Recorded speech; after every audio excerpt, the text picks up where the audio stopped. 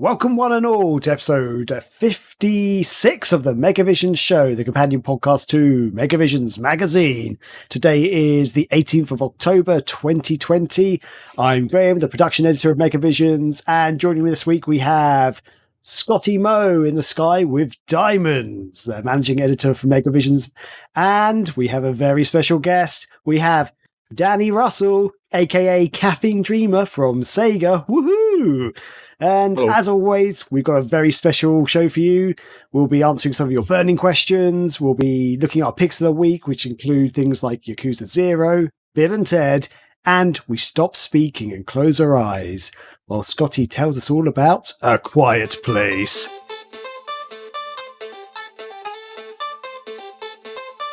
Before we begin, let's kickstart our taste buds with a delicate sorbet that is our week. So I will start with you, Scotty, my friend. How have you been the last 7 days? What's been up? Better than I have in the last 2 hours, I'll tell you that. I'll pull the curtain real quick and tell everyone I stupidly started a Windows update 15 minutes before we recorded, and now we are starting an hour and a half after our initial start time. So, anyway, we made it. We made it, yeah. I haven't played a whole lot. I did, funnily enough, after our discussion of all the micros and minis and the Genesis Mini, I played a good bit of Genesis Mini that evening. Played some Castle of Illusions and what's it called? Comic Zone and things like that. So, Dynamite Heady, but just reminded how great that little box is, really. But no, other than that, yeah, didn't really play too much. And I swear I do not buy things just to show off on this podcast, but I have more pickups again. Some stuff came in on Friday. The first thing I'll mention is a documentary about the last Blockbuster video. Was Blockbuster a thing at all in the UK? Oh, yeah. Yeah, in fact, okay. I think on my walk to work, there's still one in Chiswick. Really? I mean, not an actual operating one, but you can see. Yeah. Okay. Wow. But no, they did a documentary. There's one left that is an actual Blockbuster in Bend, Oregon. I'm sure some people listening to this have heard about that. I've heard about that. For a while, there were only 3 left in the country, and one was up in Alaska because their internet's real bad up there. So it actually made sense to go to a Blockbuster instead. Unfortunately, I haven't watched it yet, but I'm very excited to. I got a kick out of them sending me this little sticker, and it actually says, thank you for your support, and someone wrote their name on it, so that's kind of cool. But a very, very neat thing. It has, Kevin Smith is in this, Ron Funches is in this, some other celebrities are in this thing. And it's funny because my girlfriend Rachel and I talked about going to it at some point before COVID and everything. We were like, let's find a reason to go out to that side of the country and go to that Blockbuster. But obviously hasn't happened yet. But yeah, so that's pretty cool. And then also randomly, I grabbed a Sega Saturn demo disc, Sega Saturn Choice Cuts, which has, let's see here, Blackfire, Bug, Clockwork Knight, Daytona USA, Myst, NHL, All-Star Hockey, Panzer Dragoon, Pebble Beach Golf Links, VR Virtual Racing, Virtua Fighter, Worldwide Soccer, and Solar Eclipse. Oh, wait, are they all playable? No, that can't. They must be videos. You can't fit that much in there, can you? On one disc? It doesn't. Let me see if there's an asterisk or anything. You know what? There's not, because below all of those titles, it just says video contents have been compressed and do not accurately reflect the quality image of actual Sega Saturn gameplay. So yeah, it might be just all videos, and then you can play Bug. I don't know. I love this.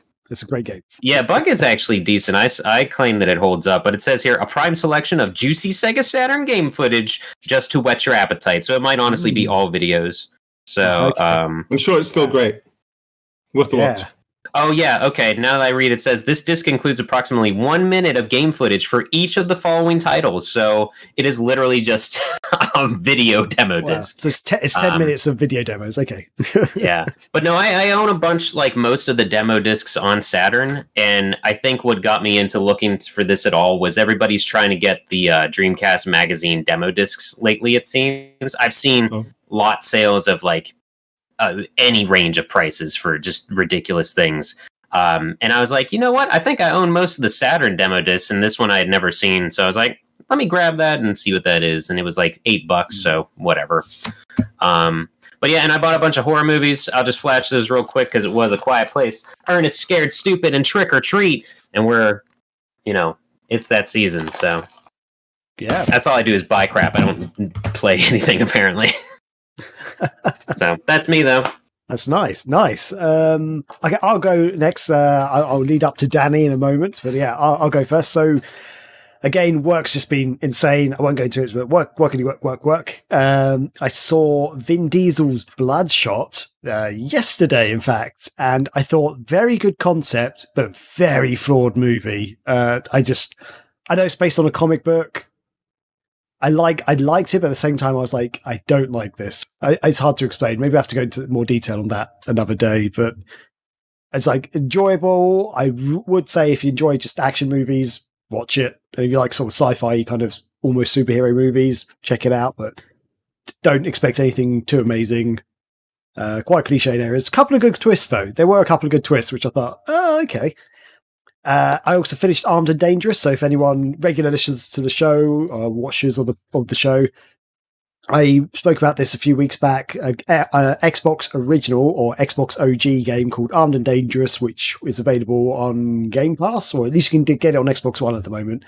And I played through it. It turned out I'd never finished it before. I thought I had for some reason, but I got really far in the game originally because I remembered all the levels I was doing. And then the last few levels was like, I do not remember any of this.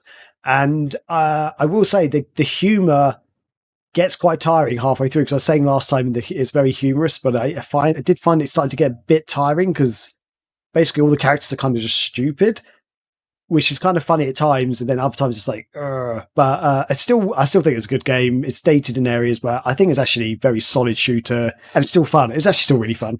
So yeah, and then I've got a few pickups, which I can't really show you because they're all digital. Because if you don't know, the last few days has been a Go Sega 60th anniversary sale on Steam. And so I have picked up, some of these are free, but some of them you do have to pay for, but some really good prices. So for free, I got Streets of Kamurocho, which is a Streets of Rage 2 style game, but it's Yakuza themed. So you're playing as like Kiryu, and I've just forgotten his name, the guy with the eye patch. That's not good. Majima.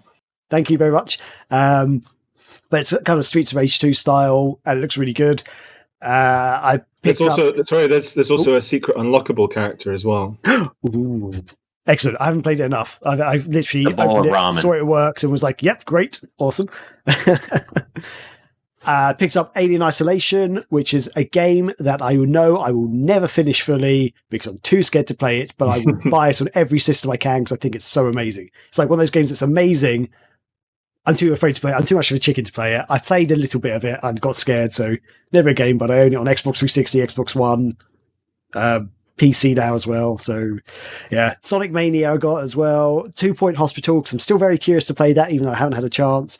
Binary Domain, because I think that game needs to be bought because it's bloody brilliant and no one bloody bought it. It's only like £2 right now, even though by the time the show goes out, the sale would have finished, but I hope you bought it. It's so good.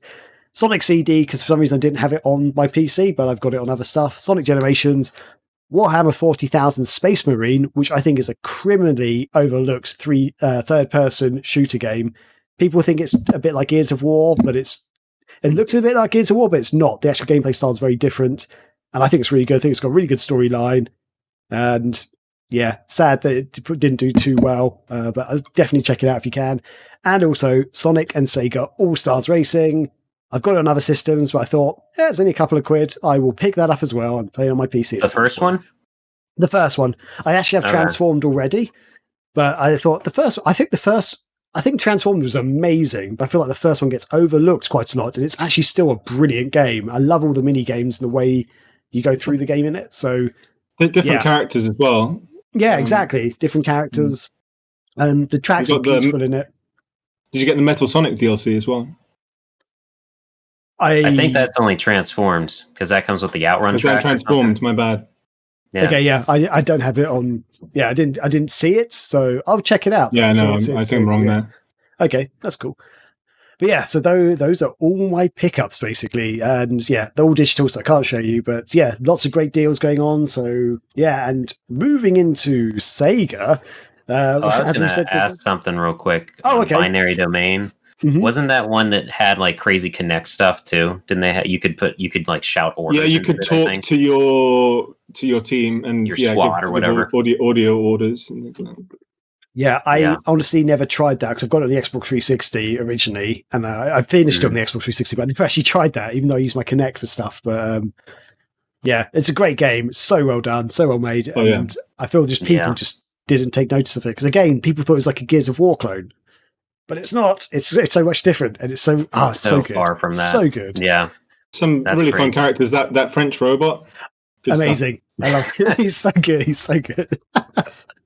I think just because I want to mention it, I think Knights is also free still right now. Yeah, if you sign up for the Sega 60th newsletter, you just go to sega60th.com and then sign up for the newsletter on there.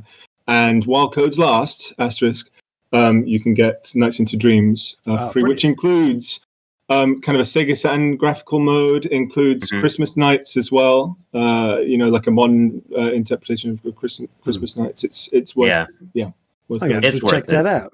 And I'm sure I'm the 2% that plays it in the Saturn graphical version, but you can do that as well.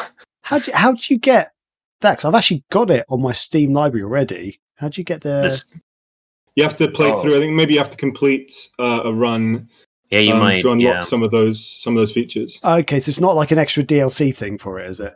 No, it's included in the game. Oh, perfect. Okay, because I already own that. That's why I didn't pick it up this time. Because a lot of the games I already own. So if you're wondering why my list isn't really extensive, it's because I actually own most of them already. I think with Sonic Transformed, the only console I don't own that on is Wii U at this point. But like, I have almost platinumed the thing on the Vita and the 360. Oh, wow. I love that game so much. Yeah, it's really good. But moving on, as I say, with the sort of Sega theme, Danny Russell, our friend from Sega, he's right here. So we'll in a moment we might just chat a little bit about stuff happening with Sega and your life. But first, what's been going on? What pickups have you had? What's been going recently in your world, Danny? It's mainly been pickups this week. I've had a few parcels arrive that have been overdue for a bit, what with COVID and stuff like that. But I have a pal in Japan who sent me various things, various Sega tat, as I like to call it, or goods if you prefer, from Japan. I don't know if I'm sure you guys will know about the store Don Quixote because it's in the Yakuza games. There's recently been a Sega kind of crossover, at least with some T-shirts. So I asked this pal to pick these up. So I've got and hopefully these are in my size, or I'll degrow into them. I've got a Puyo Puyo Don Quixote T-shirt. That's one. You gotta turn that inside out when you wash it. Holy crap! I know. I'm not really much of a white T-shirt kind of guy, but this is an Outrun. Oh, that's cool. An Outrun. So it's that's great. Don Quixote character playing an Outrun cabinets, like one of the original ones. And it's like almost a sketch drawing of it. We should describe for the listeners rather than the body sensation cabinet. The Puyo one was just like, I think it's like pretty much every Puyo character along with the Don Quixote characters. And the last one is Virtua Fighter. Oh, wow. A grey Virtua Fighter one where it's the Don Quixote character fighting against Jeffrey in a kind of screenshot sort of thing. That's cool. The Go Sega 60th anniversary outdoor backpack. Whoa, that's cool. Is pretty. I think it's actually too stylish for me. I don't think I can. So for the audience, it's a. I'm going to explain it. It's like a sort of Sonic the Hedgehog style checkered appearance, but it's blue and white checkers, squares basically. And in the white, it looks like it says "Go Sega." Did it on the white? That's right. Yeah. I was going to say it's a ska backpack, but that works too. And I got a couple of the 60th anniversary pins as well. Nice. It's just the Go Sega logo. But I get a couple because it's like one I'll keep as a backup for when I lose the other one. Brilliant. Which will definitely happen. And finally, I promised myself these are the last ones. But I've got my seventh and eighth. What's the model number again? I can sing praises about it now because I don't need to buy any more of them. But the PVM 6041QM. In the US, I think this is the PVM 5041Q. I think. I don't actually really know what that is you're holding, so you may need to explain to the audience and the listeners what is. Here we go. A professional video monitor that would have been made, I don't know, in the past 20 years, something like that. But these kind of video monitors are designed for prolonged use, so either kind of medical use or like maybe for like a satellite company, often for broadcast monitors, because like the colors on flat screens and things like that aren't necessarily as accurate as they are on CRTs, like old tube TVs. And these are like professional grade ones. So like this one that I've just picked up now, like that would have gone for, like 10, 15 years ago, about £1,500 or £2,000. So yeah. Okay, and just for the audience listeners, basically what Danny was holding up looked like a very tiny TV set, but it was also very deep. Like far too deep almost. It was deeper than my monitor here is wide, so it looks like it's a good 20 inches maybe deep. 27 inches. If one of Ridley Scott's aliens, that's what it would be. I think he just froze for a second there, Scotty. I probably did. If one of Ridley Scott's xenomorphs from the Alien movies was a TV monitor for a head, that's how long that thing is. I think don't they use those for security cameras, like security footage as well? Often they're black and white ones, but you don't want the security ones because they'll be on 24 hours a day. So they'll have, they might burn out at any point. Ideally, what you want is like the TV production or medical ones. So these monitors are getting more and more expensive right now because like retro gamers are finding them, really fun just to. The picture quality is a lot more impressive than what you'd get, on a modern TV or a flat screen TV, and there's the nostalgia to it as well. So they're getting quite collectible, and the prices have shot up in the past few years. So in this past year, I've managed to get pretty much all the models that I've wanted. So I'm happy now. These are the last ones. So what are you actually going to use them for? Are you actually going to play with them or? So I've got this kind of rig set up in my flat, which is it's on what I call otaku shelving, which is this kind of metal bars and metal shelves that are on wheels, so I can like pull it out and mess with all the wiring and stuff like that. Eventually, what I want to get is something called. Again, it's like a TV thing, but it's like a Extron Crosspoint 1616 HVA, naturally, which takes in 16 inputs and can output to up to 16 different TVs. And so you can press buttons so that you have, say, 16 different consoles connected into it, and then you can choose which. Whether the signal goes out to all of them or some of them. You can have different signals going out to different TVs, cool. That kind of thing. So I'm just working on getting to that point. So that's my kind of ultimate setup. I just saw Gremlins 2, and I picture that Danny wants his room to look like the hub of this like 22nd century TV studio / skyscraper thing, and just 15 monitors looking at him, and he's got like 2 Sega stunners at the same time while he's like holding a controller with his feet something. Yeah. We got to get that drawn up. We got to get Rob to draw that image. That's a beautiful image, I think. My main retro setup at the moment is my main PVM is the 20L5, which you can only get from the US actually, so it's a bit of a pain in the ass to get. But that actually supports output of 480p, 720p, and 1080i, which is quite rare for one of these kinds of monitors. How big's the screen? 20 inches. Jeez, that's pretty good. And then on that same shelf, I've got the previous model, the 20L4, which doesn't do those. It only does 240p and 480i, and that's in Tate mode. So it's on its side. So that's for shoot 'em ups. And some games like say like Pengo, I think is Tate, for example. And then between those two, I've got 2 9-inch PVMs. And then under that, I now have 8 of these 6-inch PVMs, and that's my final setup. For computer games, I also have the GDM FW900, which is kind of a very sought after 2K monitor that has like a ridiculous refresh rate that I'm probably going to get wrong. It's like 160 hertz, something like that. But it's just games like Digital Foundry did a video on it. And it's like, they say games look better on this than they do on other screens. And you can run it, at lower resolutions and things like that. And it still looks better than it would at 4K. So that's crazy. It's enough of me talking about I got two quick comments on all of that insanity. One, I remember like back when I had the Saturn and I didn't have a second controller yet. I still remember the night that over here it's called Galactic Attack, but it's also called Layer Section and Ray Force, I think. That was like what introduced me to shmups, but so that was the reason I got a second controller for my Saturn.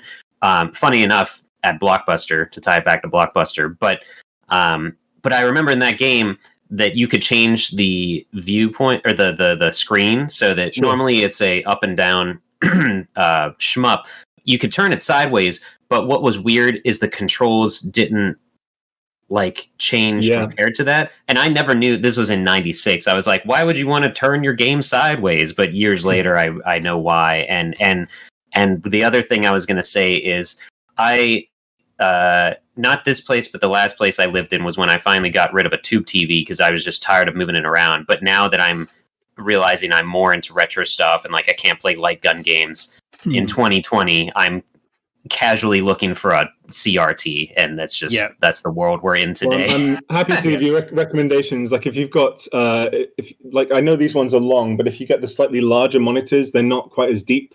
Okay. So like I think like the 9-inch monitors, or if you have a bit more space, the kind of 14-inch monitors are probably the best choice there. Yeah, I would need something smaller. The one that I got rid of was when I was living with like 2 or 3 other people, that was our main living room TV, so it was bigger, but it no joke probably weighed over 100 pounds. So taking that from place to place when moving was just like, this needs to be anywhere else. I'm done breaking my back over this. So. Yeah, this big PC monitor I got, which I think is 24 inches. It weighs like 50 kilos. I'm not sure what that is in pounds. But like I can't lift it myself.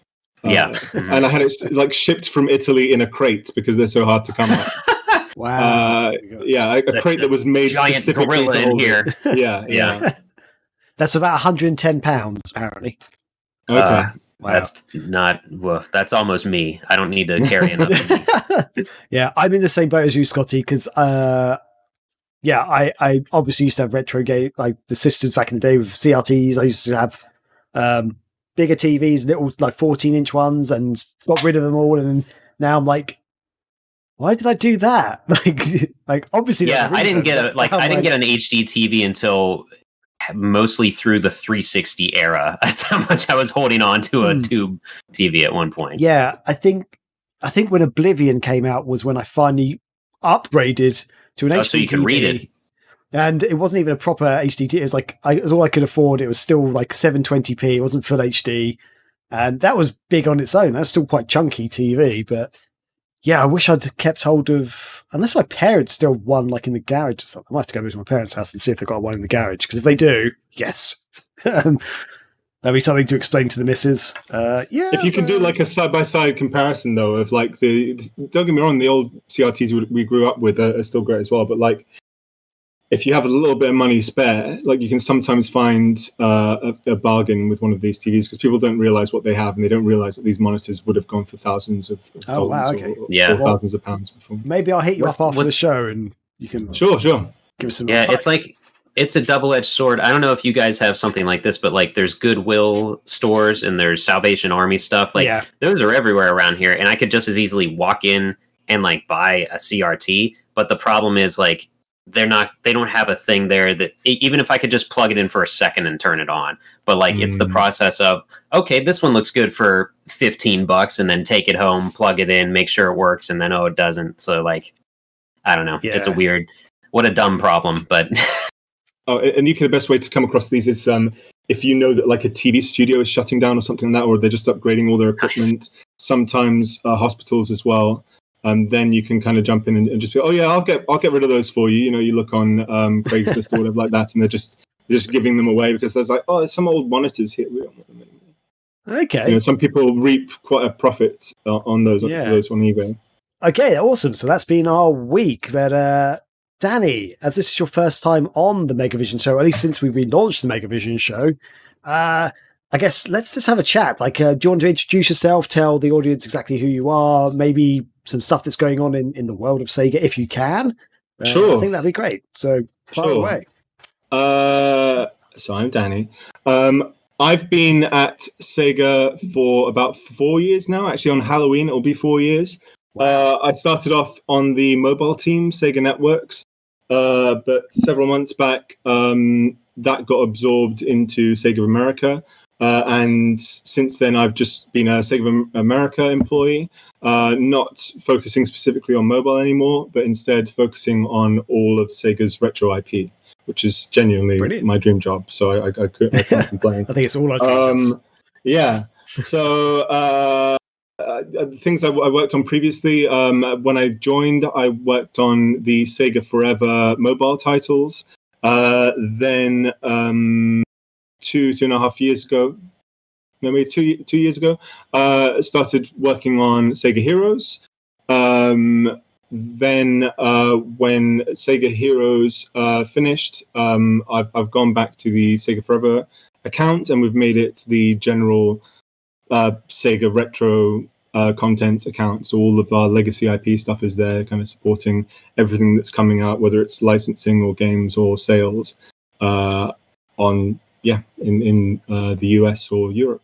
My history with Sega goes back quite a bit in terms of like being a member of the community. So I set up a Sonic fan game website in 1998, which was terrible. I mean, it was like hot linking to the fan games that existed at the time, and probably had a lot of Comic Sans and things like that. GeoCities, baby. Yeah, I remember someone called Ryan Langley reaching out to me then and being like, can I help you with this website, something like that. And me being, a teenager, I was like, no, I'm going to make this website myself. And then I disappeared for like 6 months or something like that. I came back in 1999 and he'd launched Sonic Fan Games HQ.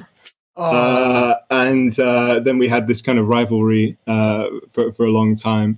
A friendly rivalry, because we still, I remember sending a load of Sonic the Comics to him, and he sent me a load of PAL games and things like that, like 30 different games, something like that. And weirdly now, I mean, if you see pretty much any GIF that goes out on the Sega Forever channels, they're made by him. He runs Sonic the Hedge blog now and things like that. He's a developer at Pickpock in New Zealand. Now he's a producer.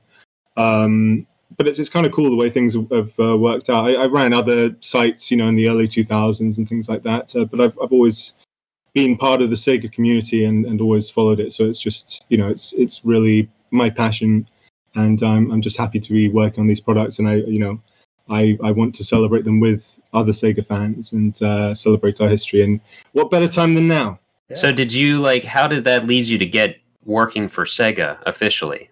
Well, I mean, I guess I skipped some bits there. I went to university in Scotland. I studied. I did a double degree in film and media production and English studies. Then went on to Japan, where I taught English for 5 years. While I was out in Japan, I would write for official and unofficial Nintendo magazines in the UK, cover trade shows and things like that. And also wrote for a blog that's not around anymore. I kind of got my foot in the door that way. And then when I came back to the UK, I worked for a site called Pocket Gamer that focuses mainly on handheld gaming. So it was like 3DS and Vita stuff, as well as iOS and Android. Then from my experience working on iOS and Android things, I got into the mobile team. I had worked with my manager, my current manager, in terms of promoting Sega games and things like that. And that, he could see. I mean, he'd worked with me, so he knew what my experience was, and that got me in. Which is actually very difficult, because unless you can prove that you've launched specific games, as an indie developer or something like that, it's quite difficult to get into the games industry from like certainly from the press side, it's possible, but it's more difficult. So I really kind of lucked out in terms of that. Oh, I know how difficult it is. I've tried several times, but never happened. Right. Never been lucky enough. That's brilliant. Excellent. It's great to have you on the show. Thank you for being here. Yeah. Is there... I feel almost hesitant to ask this, but is there anything coming up for Sega that you're allowed to talk about, or is it all zip it? Keep it hush. He's sitting on a pile of Dreamcast minis right now. Like a Dragon's out next month, right? That's got arcades in it. You know, it's got like Virtua Fighter 2 and 5 in it, right? Puyo Puyo Tetris 2 coming out in December. It's good fun. I'm pumped. I'm looking forward to the difficulty mode in that because I am so bad at that game. So it adjusts the difficulty depending on how you play. Oh, really? I didn't know that. I will very quickly go down to the lowest difficulty, which would be great. Same here. Colorblind modes as well, which is super helpful for me because like I'm terrible with that. Oh wow, that is really cool. At work we're doing all this accessibility checking and stuff for our website and things like that, but they never think about that about video games, just accessibility for people who might be colorblind, especially a game like that, which is all based on colors, like matching up with the colors. For sure. Yeah. Then, who knows what could be coming in the future? Okay. We'll leave it there and we will move on with the show and we will go into our feedback forum of Doom. I'm going with it, Scotty. That's what it is now. Feedback forum of Doom. So we've got a little bit of feedback. So just a couple of quick things. One was on YouTube. So I'm not going to get this name right, but I was trying anyway. Xyliotti, I'm going to say. I was going to say it's Zelio. Oh, wow. Yeah, I think I would have gone with that as well, but they're both great. I'm sure that they're very happy with how we've... What did you say? Zeliote? Yeah, Zeliote Coyote. I don't know. Or... I can't remember what I said now, but let's go with that. Brilliant. They left he or she left some feedback on the Game Gear Micro video review and unboxing that we did, saying, "Oh my god, that's so tiny! And did you manage playing with these? Wow!" So yeah, just to give a bit of feedback, we spoke about this last week. Scotty and I talked about the Game Gear Micro, but yes, it is tiny, and yes, I did manage to play with them. So.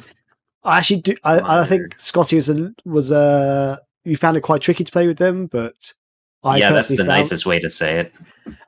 I personally found them actually okay to play. Once you got used to the size, I actually found them okay to play with, and I found them actually quite playable. So my hands are quite small, and I just I haven't got one unboxed, but I've got the boxes in front of me. But I've heard that if you use like small coins over the D-pad, that can help in terms of precision. What? Wow. This is what I've heard. I've seen people in Japan with like 1 yen coins over it, and that somehow it helps. That's my top tip. I forgot to mention as well. Sorry that I a couple of days ago on Payday I picked up both of the deluxe sets. Like there's one deluxe set that has like the translucent or like smoke gray or something like that. One, and there's another one that has like all of the mini boxes or something like that as well. And I picked up both of those. So now I'm not sure that I can afford an Xbox Series or a PS5. That's where we are these days. You spend all your money in the Game Gear, and now you can't afford an Xbox. Oh, I love it. But yeah, I personally find it's small, but I find it quite playable. I'm happy to play with them. I was playing them for hours when I was testing out for reviews and stuff. So. I think some people will find it easier than others. I haven't used a coin on it, and to be honest, I probably wouldn't. I found it fine, but they are playable for some people, but not everybody. And another bit of feedback we had on Discord from Mr. Haru. As always, welcome, Mr. Haru. Ready Player One did, in fact, have Battleborn characters in it. So this goes back to a few shows ago when we were talking about Ready Player One, because I'd finally watched it for the first time. Chris had seen it, and I think he's read it. And Scotty is currently reading it, but he has not seen the movie. And I referenced Overwatch and some of the other video game characters that are in it. We didn't realise the Battleborn characters were in it. But yeah, so Mr. Haru says, Ready Player One does in fact have Battleborn characters in it, and I agree that it was shitty how Tracer just got money pushed into the movie, basically. And thanks, Blizzard, which is funny because nobody gives a shit about Overwatch. So I feel like Overwatch is still quite popular at the moment. I've got some friends who do play it. I've personally never actually touched the game, to be honest. How about you guys? Have you guys played it at all, Danny? Are you Overwatch? I played whenever the beta was on PS4. I played that, but I found it too visually busy. I'm not sure if it was the field of view again, with the colorblindness. I know they have lots of colorblind options in there, but I couldn't work out who was on which team, and there was just too much going on for me. I sound like an old man, but it was just, I guess it's not mine. I think there's only a light glowing outline of who's on your same team or something anyway. So even, I can understand that. I that game came out and my introduction to it was seriously opening when I worked at GameStop. Sunday, you're usually in there earlier than any other day of the week. And just the GameStop TV pops on and there's this 15-minute CG thing of Tracer preventing something being stolen from Black Widow or something. And my coworker and I were just transfixed. We're like, is this the next Pixar movie or something? And it's just this long, really well done animation. And then it's Overwatch coming to whatever. I'm like, oh, I don't want to play that. I just want to watch more of this. Yeah. So, yeah. And it's funny that oh, go ahead. Sorry. I was just going to say visually it looks amazing, but I've just never wanted to play it. But sorry, carry on. I was just going to say with Battleborn, probably the people that have watched Ready Player One, through Ready Player One, I'm willing to bet that Battleborn has had more screen time than people actually playing it. Yeah, I think I've actually got Battleborn downloaded on my Xbox, but I have probably yet to play it. I've also got Fortnite downloaded on my Xbox and I've yet to play that as well. My friend said, do you want to play Fortnite to me today? And I was like, oh yeah, I've got it on my Xbox. I clicked on it and go, this needs an update of 100 gigabytes. Yeah, we're not going to play that today. Oh, yeah. I'm sorry. Right. So, yeah. But yeah, I feel like Overwatch is still popular, but I still feel like it was too early to put it in that movie. It needs to stand the test of time before you can do that. But oh well, yeah, great feedback, Mr. Haru. Thanks for sending that in. And with that, will lead us into our Scotty Mo's mail sack of wonder. It's the mail sack. We got the mail sack. Beautiful mail sack. Oh, nope, that's wrong. That's very wrong. And into the mail sack. Okay. First up is Emmett the Crab through Discord asks, how is Chris's Mega Barn coming along? And Chris actually reached out to me and Graham and said he will let us know when he's back on the show. He'll give us an update on the Mega Barn. I'm sure it's changed drastically, but who knows? We'll let Chris tell us what's happening with that. And then Ashton asks if Sega created another game similar to Sega Genesis Classics / Sega Mini Drive Classics, are there any games you would want to see that weren't on the first collection? So I think what they're saying is the Genesis Mega Drive Mini, if they did a part 2 of that, and or the other classics collection, I think the most recent bundle thing that was out on with the purplish box art and stuff. What would they? Which I mean, there is a Model 2 Genesis, so they could just toss that out there. Who knows? I don't. Or wait, let me hold on. Stop for a second. Hold on. No, that's the previous one. The one you're showing in your hand, the Xbox 360 one. That's the previous collection. Yeah, so there's Sega Mega Drive Classics or Sega Genesis Classics, which is on Steam, Switch, Xbox One, and PS4. Yes, yeah, I think mine's downstairs. I was trying to find the box behind me. There's my Switch version. There's a different lineup. I was trying to find the latest one. I could only see the Xbox one, but now I've just found my Switch version. Do I have it? I've got it on Xbox, I think. I can't see it. Anyway, there we go. So yeah, that is the Switch version. So yeah, are we thinking about the physical, a Mega Drive Mini 2, or just the Classics collection here? What are we thinking? They're asking for the Genesis Classics, Mega Drive Classics. Yeah. Okay. Yeah. So, I don't even remember what was on that. I could give. Oh, there's 50 games on here. I'm not going to go through the whole list. But, wow. If you say a game, I can tell you if it was on here, basically. But I'll speak for Chris. Is Booger Man on there?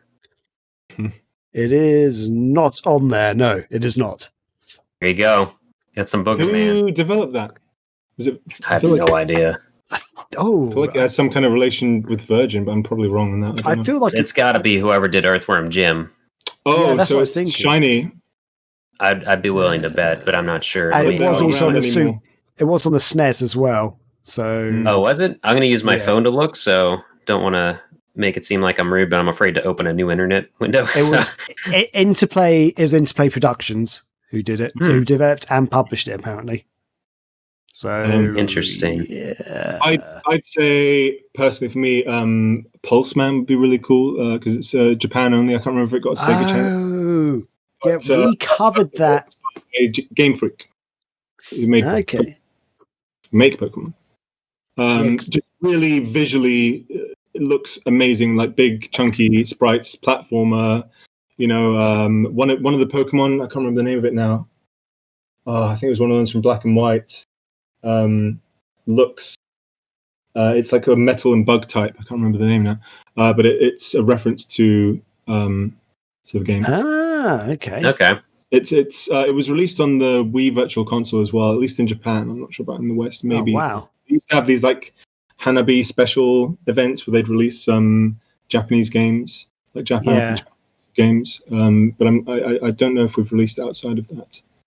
So we actually covered the game in one of our early digital editions of Megavisions magazine. I can't remember which one it is, but I think David Oxford, who's one of our writers, he actually covered it.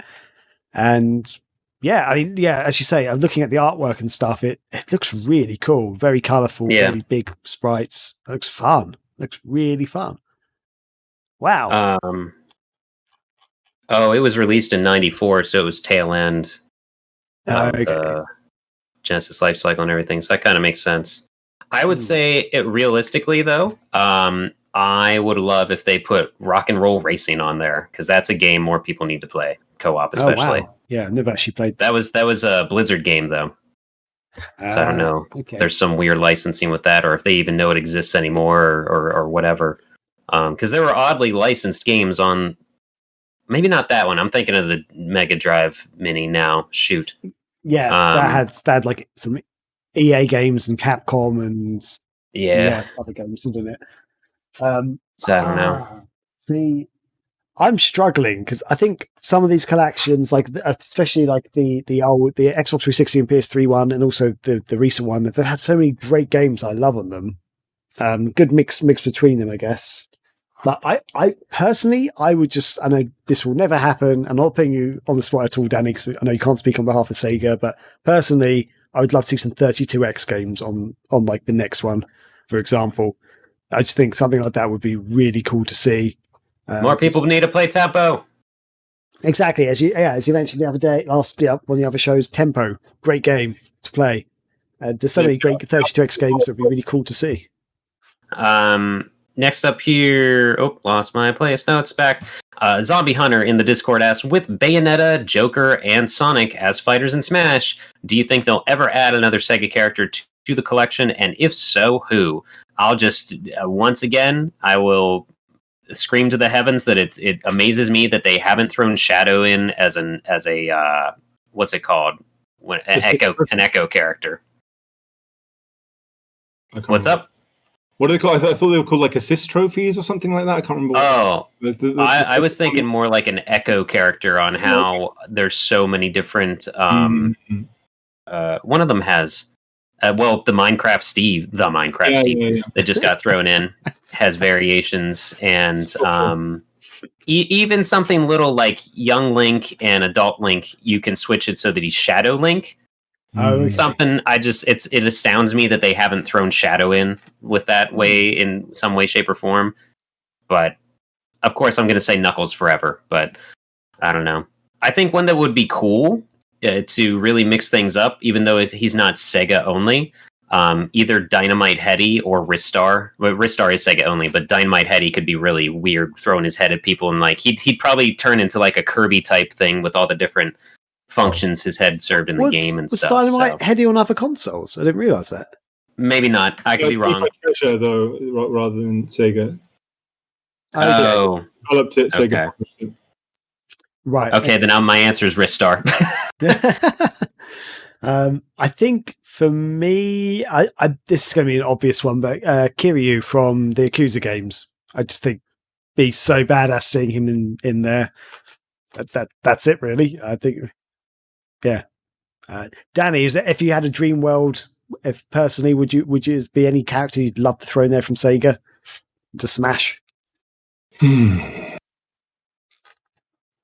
tough to really think, because it's like, am I thinking of like what would be most likely, or just what would I want? Good point. Because it's like, so what I want, then I just want like Sega Tasanshiro or something like that. But it's that would be amazing. I mean, he was in what's it called on the 3DS? Was it? Project Cross Zone. Project Cross 2. He's in Project Cross Zone 2. Just turns up telling everyone to play Sega Saturn. It's like, yeah. You know, like you've seen the ads, right, of him just like throwing people in the mix or something like that. Yeah.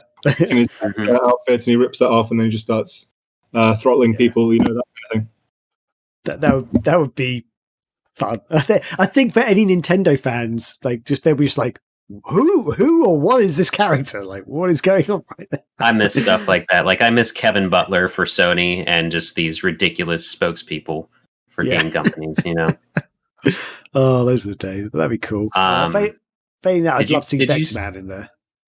Oh, yeah, okay. I think that'd be a really fun character to see. But I feel like Kiryu and the Yakuza games are more current, and I think some of these, for Smash, for like a Nintendo franchise almost, having characters that people might recognize would work better. Like, you kind of need to always be some tenuous link for them to be in Smash, right? So you have to have something that's released on the platform. So, like, even though, you know, Cloud was added in from Final Fantasy VII before I think 7 was available on Switch, I think they were doing it at the same time that that 3DS game that had loads of Final Fantasy characters came out. The rhythm thing. No, not the rhythm one. There was like a kind of a top-down adventure RPG which had like lots of characters from the series featuring in it, but it was a 3DS game. Oh. The name for the life of me. I think there's a sequel coming out soon. So there always has to be some kind of link.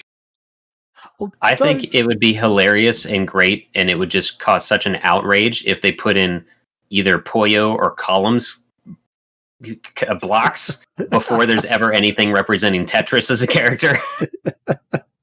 Oh, I mean, there's a lot of fan demand for. I think there's just like very vocal Puyo fans out there who want Arlen, right? Oh yeah. That would only appeal to that. Like, until I played Puyo Puyo Tetris, I didn't even know there were Puyo characters besides the blobs. So I don't know that would have such a. I don't know, but I don't know. I hate Fire Emblem characters in there too. So who am I to say? I do have a question though, because the Solid Snake from Metal Gear Solid is in one of the Smash games, wasn't he? Yeah, but he was in the GameCube version. So Twin Snakes. Okay, fair enough. Even though, it wasn't released, and it was around that was the GameCube era one, right? So wasn't it? Yeah. So that wasn't okay. I thought that was on like the Wii U version. They put Solid Snake on, but I can't remember. Wasn't that some crazy thing where like Kojima had been talking to them years before and like expressed how much he wanted Snake in there or something too? Okay. You're right. It was on the Wii version, right? It was. But I mean, Wii's backwards. I mean, the GameCube's backwards compatible, right? Or Wii's backwards compatible. Yeah. Yes. I guess that works. Tenuous link. Yeah. I love it. That's so funny. Wow. So I guess that actually tailors into the next. That's not a verb. I learned that lends into the next question here. Mr. Haro asks, you're given a chance to help make a Sega versus Capcom. Who is your starting roster for the Sega side? And I gave this a little bit of thought. I would love to have Tails Doll from Sonic R. And also Ristar just makes sense as a fighter because he would have amazing grabs. He'd be the probably smallest grappler character, Ristar. And then I want something ridiculous. So either the Daytona Hornet car or like just a VMU somehow. Oh, that would be so good. Yeah, the buttons just fly out and punch. I would have immediately gone in with Hornet as well. But thinking about that, yeah, it'd be cool to have like anthropomorphized versions of systems or something like that. Like there was a kind of Transformer sort of thing that you could get Sega merchandise in Japan. It was like a Mega Drive Transformer or something like that. That's cool. It was also like a plush toy that was like a Mega Drive with like arms and legs. Like that kind of stuff could be pretty fun. That would be right? really cool. I'm going to say Vectorman again. I've got Vectorman in my head at the moment. So yeah, throw him in there. Who else would be really cool? I would love... Did either of you guys play Scud, the Disposable Assassin? No, but I've heard of it. So, I mean, that's based off a comic, but it's only ever had a game on the Saturn, like no other anything anywhere. But the villain in that, that's just called Jeff, I think, is like this weird mutated, like 2 squids for legs or something. No, I forget. It's like a plug socket for a head and like tentacles on one arm and then like a mouse trap for hands or something like that. Like, I would love to see something like that, but it's all the Sega consoles put together in like this dumpster formation of a robot or something. Oh, okay. So a Seaman would be pretty good, right? It's like a little kind of fishbowl or something like that. I could see him as like a how you have tag characters, like bring in Seaman and he just comes onto the screen and like insults them but injures them with the insult somehow or something. Oh man, I want this to be real. I'm not sure how possible this would be or if it would actually work, but have you guys ever played Crush either on the 3DS or the PSP? Danny from that could be quite fun. Like special move could be literally crushing the world to flatness or something and that'd be cool. Doing damage that way and walking around in his dressing gown because that's what he does. But yeah. Nice. Yeah. I feel like that could be a whole create the Sega versus Capcom thing could be a whole podcast. So that could be. So we can move on from that. Yeah, but good question with what your starting roster would be. This just popped into my head for Tails Doll. I think it would be great if his whole moveset is he doesn't actually move. He's just standing there, but you actually do moves and it's like telekinetic somehow or something. Anyway.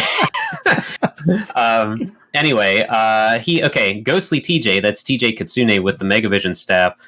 We've got a bunch of fire away questions for Danny. So if you want it, we can try to get through these quick or we can just see how they go here. So there's 5, so we'll take them one at a time here. Danny, what's your favorite merch from Sega? There's a lot of really cool stuff. Like say I've got the Sega Gaga special edition, but stupidly I gave away the button set from it, like the pin set from it, so I need to buy. I know, right? So I need to buy another set of those. There's some. What's the website called? It's escaping me now. In the meantime, I'll say I have this. There's a place called Nakano Broadway in Tokyo, which is kind of like Akihabara, but not quite as popular. They mainly sell things like secondhand figures and manga and stuff like that. But from a Mandarake store there, I managed to get this guy. He's Stringy Sonic, is his name. That's what people call him. And this was the first Sonic plush that ever existed. Oh, wow. So I don't know how to describe it. It's very kind of sort of felt, bare bones Sonic version. I think we've named him like Sega Sonic the Hedgehog here. And this is back in 1991, so this is like an original. Wow, yeah, I'm not sure if this is a good description because I don't think American audience would get this, but it very much looks like if Blue Peter made a Sonic the Hedgehog plushie, which Danny would understand. I don't know what that is. If you're British, you'll understand that. I've got a Tails one of this as well that came out a bit afterwards, and another one where they're wearing like matsuri, like Japanese festival outfits. The other thing that I was going to say is. Cook and Becker made all of these really amazing prints. Some of them are still available, and I managed to get a bunch of them. So I think it was the Fancy Star one, the Virtua Fighter one, the Space Harrier one, and one or two other ones, Jet Set Radio and something else. But last year at Gamescom, I heard that Yu Suzuki was going to be there. So I took these giant prints with me, like in huge tubes, and got some silver pens and things like that, and queued up to have Yu Suzuki sign the Space Harrier and Virtua Fighter ones. Wow. So I have those signed by Yu Suzuki, and at some point, whenever I'm at SOJ again, at Sega of Japan again, I'd like to, to get like Kodama-san to sign the Fantasy Star one, that kind of thing. And then I just want to put like them framed up on the wall behind That'd me. be cool. Then those will be my favorite Sega things. But yeah. Right. I want to say, to maybe give a good visualization for how that Sonic doll looks, it reminds me of the caricatures in the Japanese manuals for the 2D Sonic games of the like little stick figure type Sonic when he shows you how to do the moves and like to avoid spike traps and stuff like that because his arms are so skinny. That's good. That's a good way of actually putting it. Yeah. I love it. Next question. What's been Danny's toughest project he's worked on for Sega? Well, I can't go too behind the curtains on this one, but I think when I started working on Sega Heroes, that was the first live ops game I'd worked on, meaning that there's always events going on. It's very much a 24-hour game, and there's things can go wrong and these kind of live games and so on. So it was kind of always being switched on, and when you're dealing with as many franchises as we had in that, which was something like 14, 15, 16, and different people own the rights to different franchises and that kind of thing. So there's a lot of checking in terms of what you can do and what you can't do for assets on social and things like that. So it was, that was tough, I guess, to learn. I think if you're going into any live ops game like that, it's quite a lot to manage. But the team who were working on it, they really put everything into it. I mean, if you had a chance to play it way back when, just the amount of love that goes into that in terms of like all the character animations and stuff like that, and the amount of references in there. Like one of the things was, for example, Tom from Shenmue had a healing move where he'd give everyone hot dogs. And if Sonic was in your team, Sonic would get a chili dog instead of a hot dog. Oh, that's nice. Good. It's like that detail, Yeah, that's really cool. I didn't get to play Sega Heroes much because I have to admit I don't game on mobile much. But when I did check it out and play it a little bit, I was actually really impressed with what you guys were doing with that game. The fan service in that was brilliant. So good. This might even be the same answer with how you were describing it there, but his next question is, what's been the most fun project? Sega Heroes, kind of researching the characters even more and that kind of thing. I think what I'm doing at the moment is actually the most fun because, I've been able to make the Sega Forever channels into Sega's general like retro IP channels or legacy IP channels. So we're kind of celebrating Sega's history more and more, including games that might not be commercially available right now. But, I think it's still important to talk about the history of Sega and the games that we have released in the past and to celebrate them. So I'm really enjoying that at the moment. Cool. And I don't know how much you can say about this one, but he asked, what's a dream project that you would like to help create with Sega? Oh, I misread it, but yeah, there you go. I hadn't thought about this one before. Localizing Sega Gaga. That would be a lot of fun. That would be a lot of fun, but I think very limited audience maybe, because it's so self-referential and it references that period of Sega so much as well, like the kind of battle between Sega and Sony. Yeah. So it's very, very of its time. Just anything involving retro IP. So I guess it's what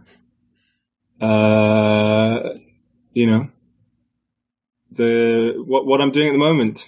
Yeah, there you go. So he's working on his dream project, basically. Yeah. And then last question, he asks, would he like to join us someday in a game of Sonic the Fighters? So we do, to give you an idea of that, I don't know how much you've kept up with that. It's been a while since we've done that too, but we all still we try to play regularly the PS3 re-release version of Sonic the Fighters, because for some reason the servers are still up. Sure. Nice. It's so much fun. Yeah, I'm pretty terrible at it. Apart from I used to play tons of Fighters Megamix back in the day, so I'm pretty good with Bean and I'm okay with Bark, Nice. but I'm not very good at any of the other characters. I know that Justin and Katie from Sonic. The Sonic side from their streams, they've been playing that as well. Oh, really? Okay. And so maybe you should ask them to get involved too. I mean, I don't want to invite them void, but to promise anything for them, but I'm sure they'd be up for it. I think anyone who knows that game exists and actually plays it now would probably be down. We always jokingly say like we're the best Sonic the Fighters players in the world because no one else is online, but it never fails that when we'll have like 5 or 6 of us online and there'll be one dude that is online playing this game and we make the mistake of letting him in and he just mows us down. So we're like, no more public rooms, forget that. So yeah, those are all good. That's some good stuff. That's some good answers there. Graham, I am waving because Yeah, so the last one we have, another one from TJ. He says, people are excited about the Golden Axed prototype being released and Streets of Kamurocho. Can we look forward to more obscure things being released to us from the vaults of Sega? Right, do I answer this? Do I? We don't know. What's planned or what's not planned? But who knows? I mean, if these perform really well, then it's going to be more likely that something this happens. You know, this kind of stuff has worked well in the past, like for 8-bit Bayonetta. You know, you remember that kind of thing? Oh yeah, I remember that. So who knows, really? I guess if a million people download these games or something like that, then I guess it shows that that's the answer, people. Download these bloody games, and hopefully we'll see more of them. Yeah, with that, we'll wrap up the mail sack. And that was the mail sack. Turn the page.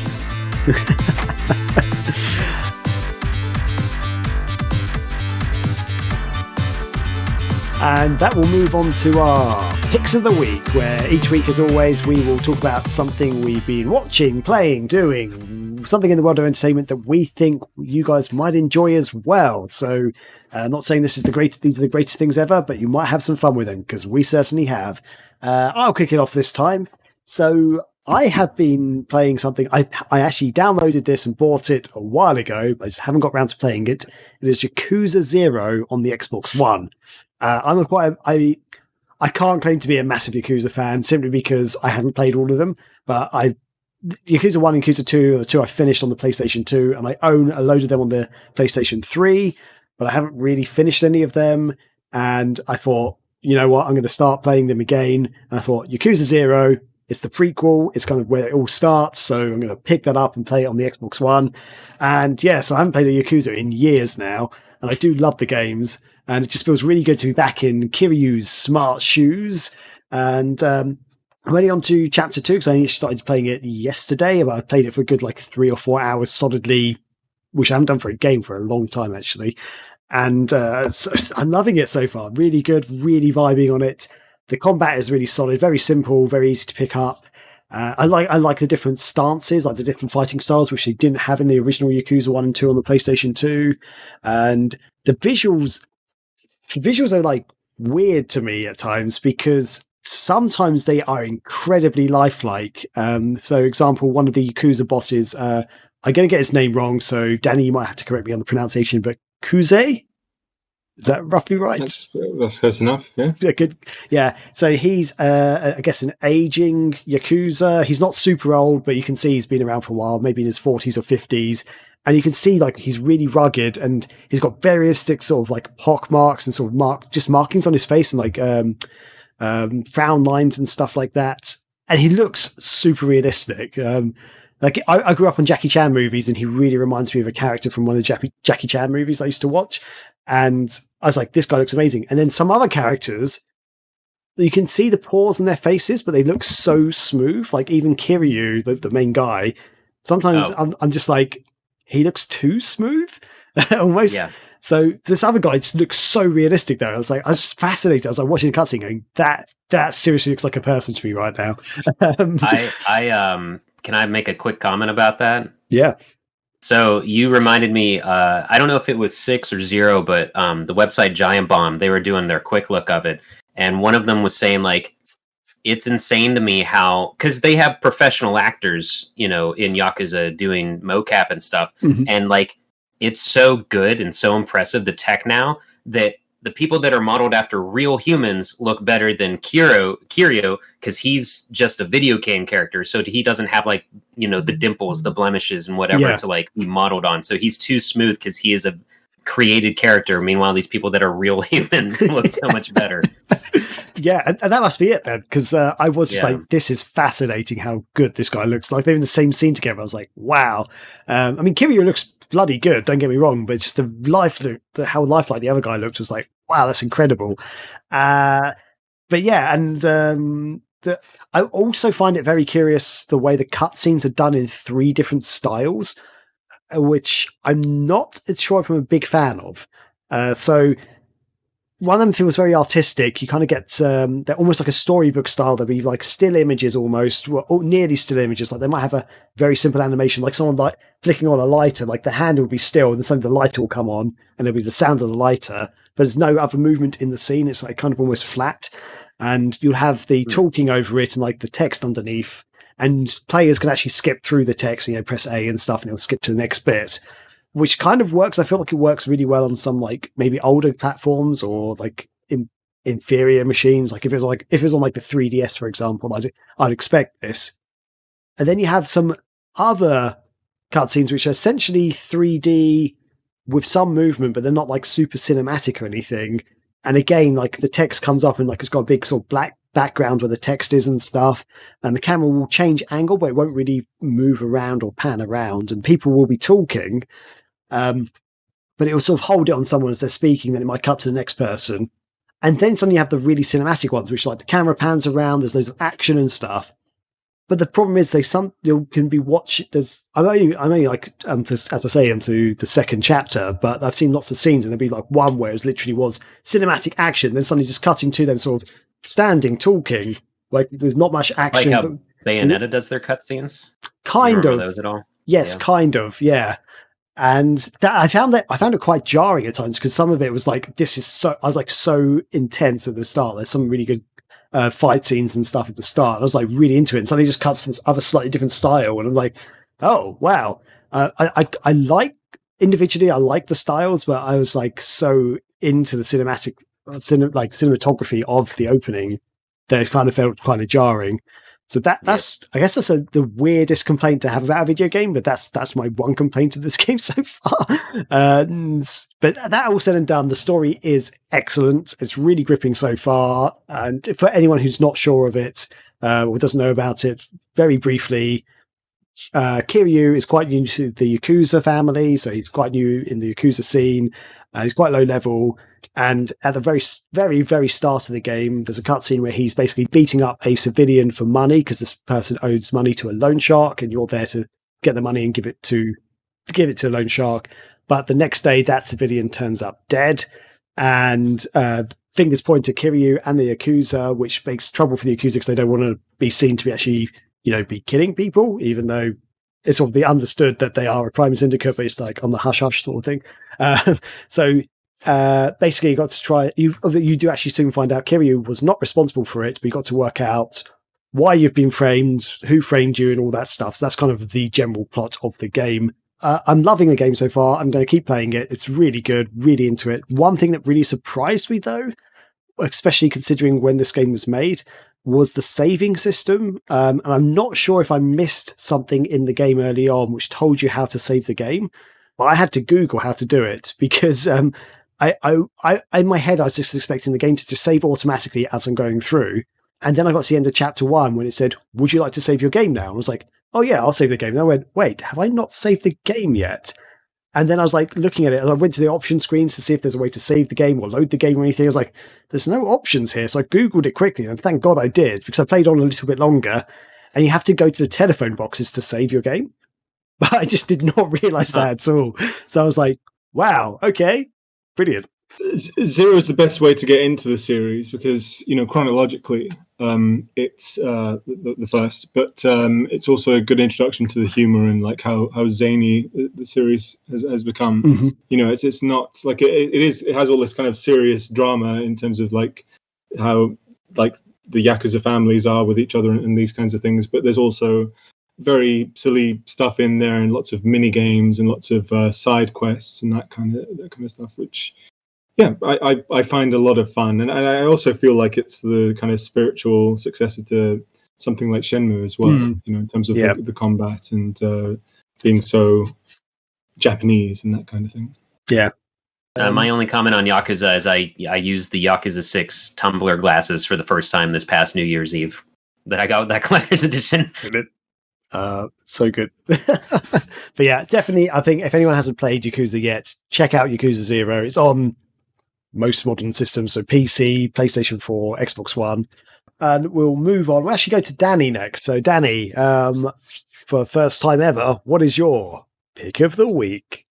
So my pick of the week, I grew up watching and rewatching my VHS tapes of Bill and Ted's Excellent Adventure and Bill and Ted's Bogus Journey. I think for the longest time, Excellent Adventure, I had like just a recording off TV, and I just rewatch it. I could quote that movie from beginning to end. I know there's some people who prefer Bogus Journey, but I'm very much an Excellent Adventure person. If you don't know the storyline from these, the first one is that Bill and Ted are these two guys in San Dimas, California. They're about to finish high school, but they're gonna most heinously flunk their history course. And if they do that, then Ted is going to end up at Oates Military Academy in Alaska, which will break up their band. And naturally, if their band gets broken up, then the world's going to end because they're meant to come together to create this song that will save all of humanity in the future. So George Carlin, Rufus, who's played by George Carlin, comes back to the present, which is 1988, and gives them this kind of phone box which allows them to travel into the past. So I won't go too much into it as I already am, but like they basically decide to pick up people throughout history for their history report. And then the second one, they end up being killed by evil versions of themselves. And so they have to go through heaven and hell to get revenge and to come back to life and that kind of thing. But that's not neither of my pick of the week. My pick of the week is Bill and Ted Face the Music, which is the new Bill and Ted. And it's like set present day, and Bill and Ted are kind of, washed up guys in their, like, I don't know, late 40s, early 50s, that kind of thing. Playing, diners and things like that, playing weddings, that kind of thing. So they're not doing too well. And, it's coming to the point where, now it is the future, and they were meant to have this song that would save, space and time as we know it.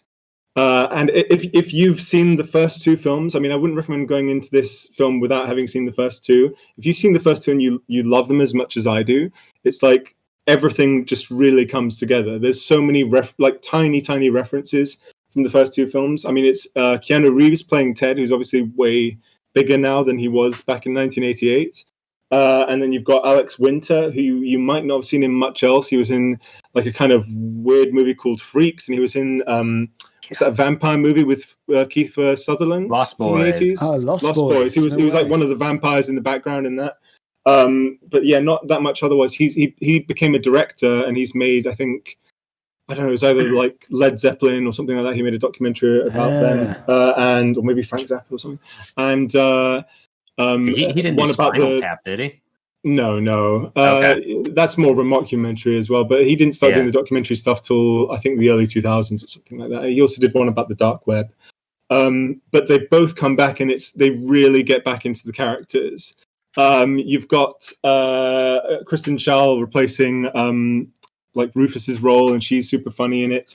Missy, who in the first film was Bill's stepmom, even though she's only like a year older than them. Yeah. And then the second film, Bogus Journey, she marries Ted's dad. Mm-hmm.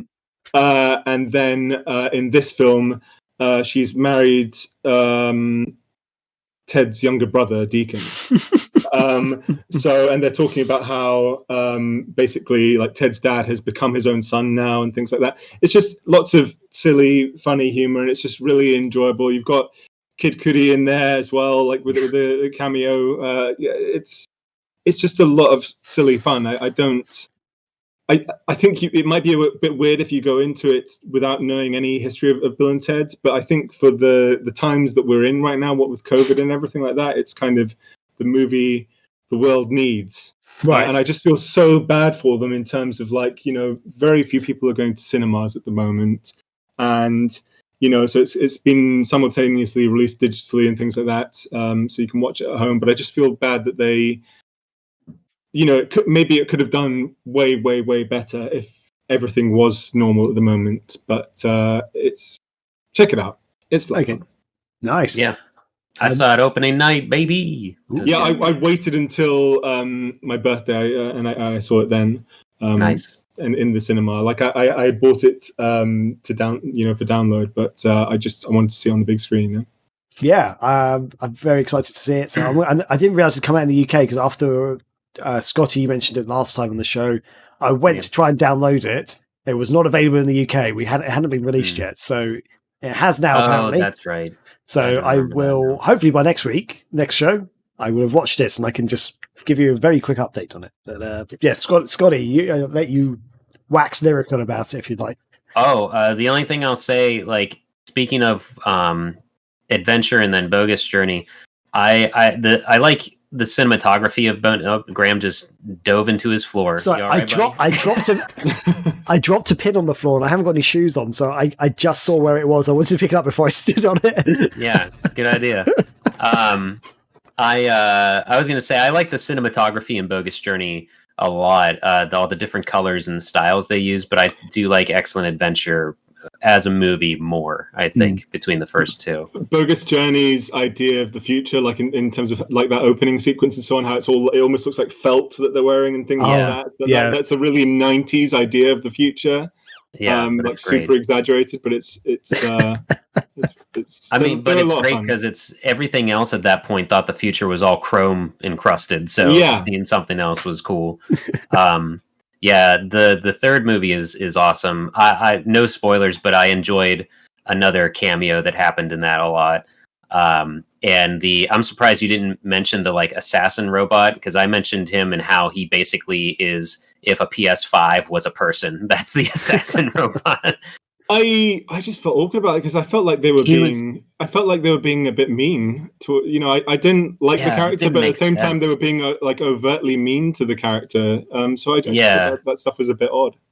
I thought that was the only honestly like weak part of the movie is like I could do without like 50% of this. Once he's I don't know if it's spoiled. Once he makes a change in character, I could have done without like most of his scenes, honestly. Yeah.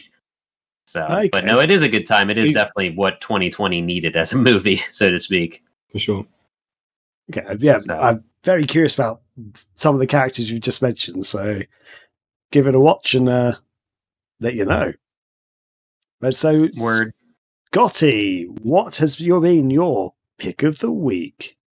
So I had to think about this because I feel like I haven't done much this week, but since I just got it yesterday in my random trip to Walmart, I'm going to recommend A Quiet Place, starring the American Office's John Krasinski and his wife, the amazing Emily Blunt. For those that have no idea what it is, quick summation. John Krasinski, I think he was either the producer or the director, I forget exactly. Yeah, he was the director of it. But anyway, it is some sort of world where these what I really like about it is we don't know where these enemies came from, but this like either alien species or some sort of weird creature that has supersonic hearing just kills everyone that it hears. So you learn to speak in sign language, which is what most of the movie is, but it's definitely a thriller horror movie. Horror. movie. But so there's a family. John Krasinski's the dad, Emily Blunt's the mom, and they have 3 kids. One of the kids actually is deaf in real life, and I think this was her debut role or something. Oh, I didn't realize that. Yeah. I can't remember which one's oldest or youngest, but if she's the older one. Anyway, it doesn't matter. But no, it's really good, and it. Like a lot of horror movies, we've recently watched the first Halloween movie for the first time, and I don't know that it holds up, but there's a lot of just nothing happening in it, and by that I mean, go ahead. You know what it is that Halloween was the first of these kind of horror movies, and the tropes have been copied and emulated so much that yes, maybe if you're watching it now for the first time, you're like, yeah, this isn't anything new. It's like, but at the time it was. I've been rewatching the Halloween series as well, and there's like multiple timelines because they kind of split off depending on which one you want. The original was, well, actually, the original isn't always there because they were like, was it Rob Zombie made some versions as well? Yeah, H2O or something. No, they were separate. But H2O is actually based off. It carries on from it's like first Halloween and then Halloween 2, and then that's one of the side branches is Halloween H2O, and then Halloween Resurrection, which was not as good. But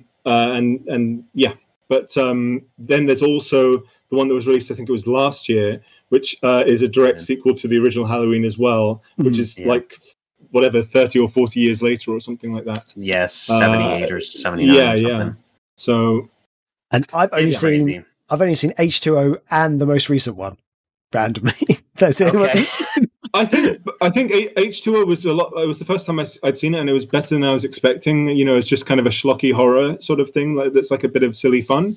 And I thought the recent one was pretty good as well. I enjoyed the recent one for sure. Yeah. The first Halloween movie I actually saw was 3, Season of the Witch, which has nothing to do with any of the other ones. I've been wanting to watch that one, but I've heard it's like an anthology movie or something, right? Well, that's what I guess. Word is that John Carpenter initially wanted to make this like a Twilight Zone or like Tales from the Crypt thing. Like each movie was going to be its own thing. And so he made the first one and he's like, all right, Mike Myers is done. Let's move on to a new story. And everybody's like, no, Mike Myers made money. Let's do Mike Myers again. So he begrudgingly made the second one and so on.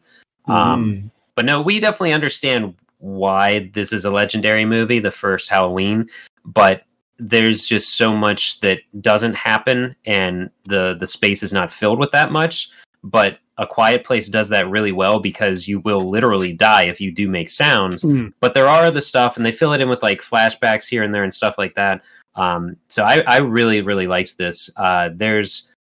It's just really cool. And the thing I like most about A Quiet Place, I don't know if this is spoilers or not, but they do very little to tell you about the creatures they are fighting. And I love that. Like, I liked the first couple of Saw movies, but as soon as they explain Jigsaw's story, I'm like, I don't care about this anymore. I want mystery. I want my imagination to go wild. So, with A Quiet Place, they do that well. And it almost reminds me a little bit of Signs, but that might just be literally because it's on a farm and there are alien type creatures. It's not even, they never really say if they're aliens or not, or like anything, but I don't think it's spoilers, but it was really, really good. And I'm surprised I didn't buy it earlier, but they announced A Quiet Place Part 2.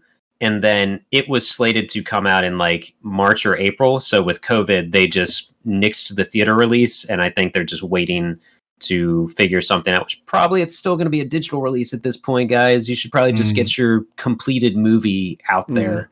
So I'm excited to see that. But yeah, Quiet Place is very good. And I applaud them for a very different idea because the silence makes sense rather than just silence for intensity's sake, if that makes sense. Yeah. Have either of you guys seen it? So I have to admit, before the show, when you're having your computer problems, we were talking about the outline and stuff, and Danny said, "Oh, A Quiet Place. Which one is that? Is that the Sandra Bullock one?" I was like, "Yes, it is."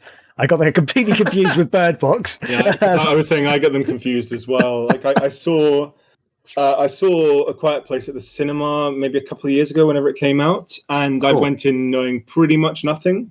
And had a lot of fun with it. You know, there's some good suspense in there. Love Emily Blunt as well. I didn't know the other actor very much, but Emily Blunt, like I really enjoyed her in Edge of Tomorrow, which was re-released as Live Die Repeat, I think, in the US. So good. But that film, she's amazing in that one, and Quiet Place is definitely worth checking out in terms of kind of more recent horror and suspense. It's good. Yeah, it's and I think Bird Box was released the same year, so that's probably why you got confused about it, Graham. Yeah, and I actually watched Bird Box just like 2 or 3 weeks ago as well, and really enjoyed it. I did start watching A Quiet Place a while ago now, but there was something was happening, like I had to go and do something, and I was like, right, I'm going to have to stop this movie. Like, I was enjoying it, but I wasn't very far into it, so I'm going to stop the movie, go and do the thing. I just haven't been back to it yet, so I just need to pick that up, because for some reason I just stopped watching it.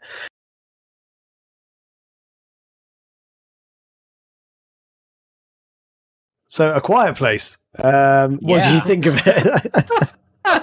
It's great. I think it's a lot of today's horror movies. Sometimes when it ends, you have like one of three reactions, where it's like one of them is usually like, "Oh, that's the ending? Okay, that's fine. I wasn't too invested anyway." Or there's another one where it's like, "Are you kidding me? No, I wanted them to like win. I wanted I know it was a bad, the villain wins, but I want them to like win." And then this one had a different one for me, where when it ended, I was like, "Oh, I'm ready for more. I could have gone like another hour with this stuff. Okay. Let's keep going." So I'm very excited for part 2. Yeah. Awesome. Okay, so that will do it for our picks of the week. Thanks again, guys, for sharing. And I think for horror month, this is got lots to watch for next week.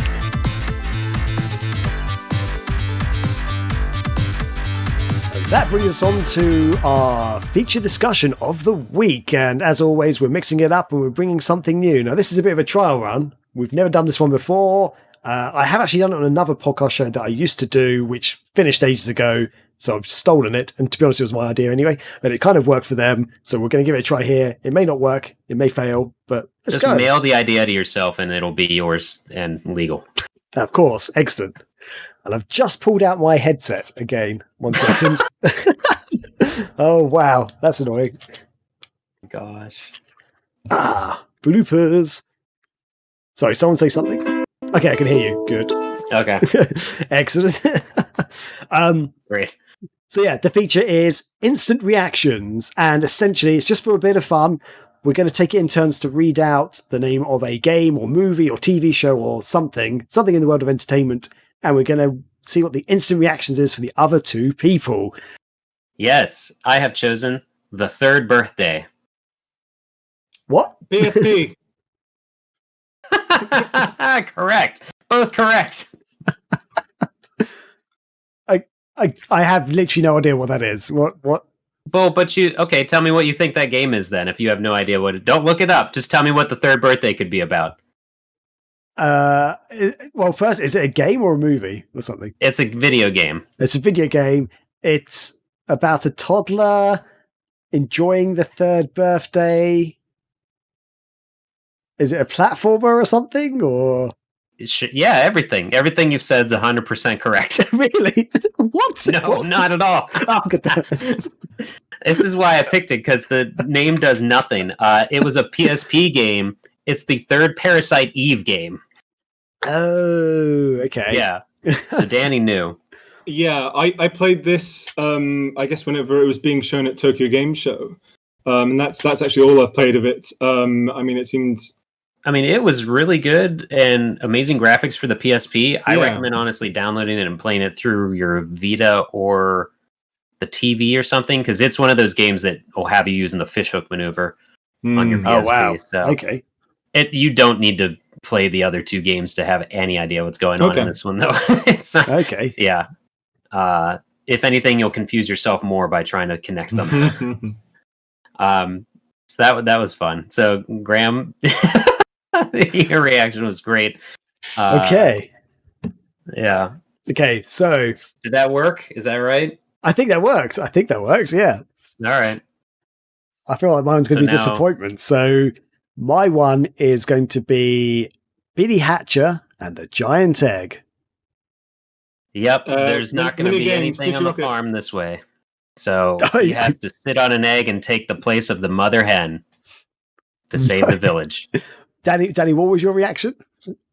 Mini games. I just thought about like the downloadable mini games for some reason. That's Okay. Yeah. But I mean, the game's a lot of fun, and I love like the soundtrack, especially in the visual design of it. But one of the fun things to me was I'm always interested in like curios and in games, and like just being able to download Game Boy Advance versions of Knights and like a sample of That's literally the reason I bought the game. And what was the other stuff? Choo Choo Rockets. I think that was it.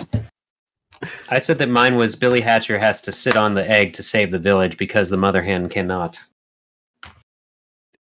Yeah, okay, yeah. I played like 2 hours of the game, so I don't actually remember anything of the story at all. I do remember you have like little buddies, like these awesome little penguins that you can tell to attack people and stuff that also made no sense. There's so much going on in that game for it to be aimed at children that I just don't understand it. I think it's way too hard to be a kid's game. Like I did die quite a few times in that game. I was like, this is not a child's game. Tough. But I quite like the speaking of All Stars earlier, All Stars racing games. Like I quite like the Hatcher themed levels.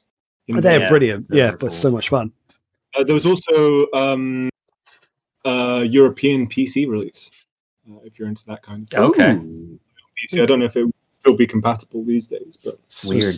Still can download it. Nice. So, Danny, what is your pick? Instant reaction pick.